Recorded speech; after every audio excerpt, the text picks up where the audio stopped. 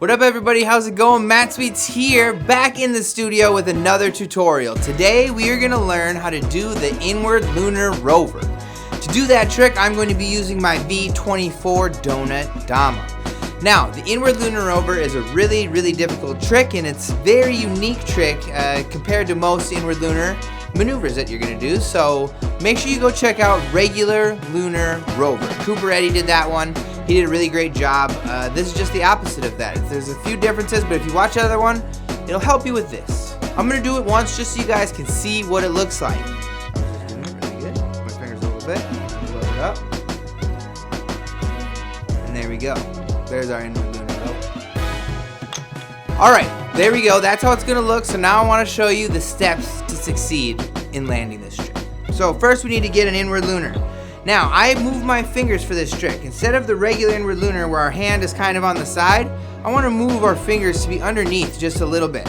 That's going to just give us a little bit more room for this bad boy to spin around on the Tama, okay?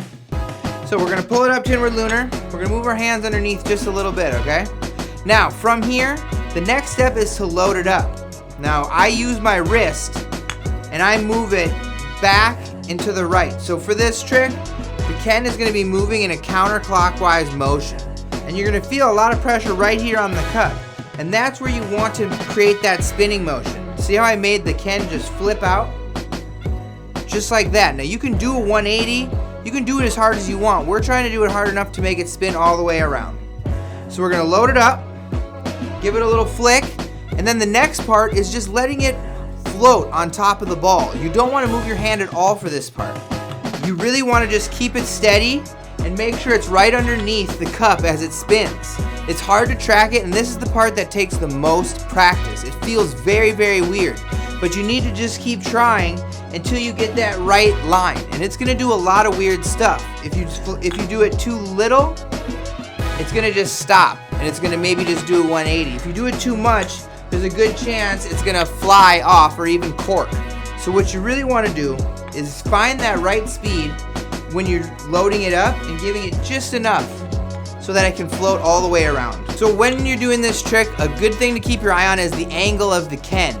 You really want to make sure it is almost exactly flat as it's spinning around. It's okay if there's some angle with it and if it goes up or down, but the more flat it is, the easier it's going to be for you to catch it at the very end of the 360. You want to make sure that your knee bending goes along with the trick. So we're going to load up the lunar.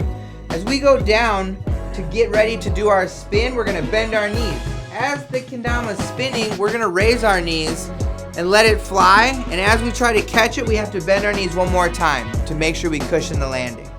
This trick is not easy, so don't be discouraged if you don't land it right away. Just keep practicing until you can feel that Ken really rotating at that perfect angle. Thanks a lot for tuning in. Make sure you go and check out all our other videos because there's tons of Kendama tricks to learn. If you have another trick we haven't done yet, make sure you leave a comment below. As always, go and hit that heart button and subscribe because every single one counts. Thank you guys as always. Have a good day. Peace. What up everybody? Thanks for checking out that video. If you like what you just watched, make sure you go and hit that subscribe button and make sure you go punch that shop button and get yourself a new Dama. We have tons of other videos for you to watch, so make sure you go check them out. See you next time.